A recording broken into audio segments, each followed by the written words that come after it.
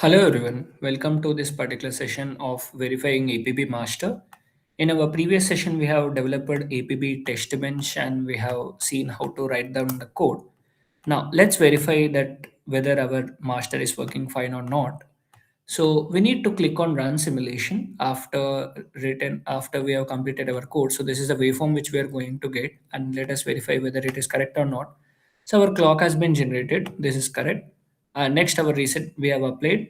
Next p select has been made to 1 by the master. P select is made to 1 by the master and master is also going to provide this p address. P address is also provided by our master.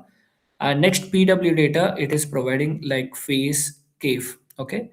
And P rate signal was made to 1 and P ready signal is also equal to 1. That means master is ready. And transfer is made to 1 and this is the data which we are going to give. This is from the test bench. This we don't need. So these are the signals which my master is going to provide. So initially it is P enable is equal to 1. That is nothing but a setup phase. And after that it has entered into access phase and again it has went into idle phase. Okay, and p ready was is equal to 1 for this much time unit. So that means what we have done basically is we have just simply provided this particular signals and master has responded to that particular signals and it is providing this p enable, p select and p address and pw data signals.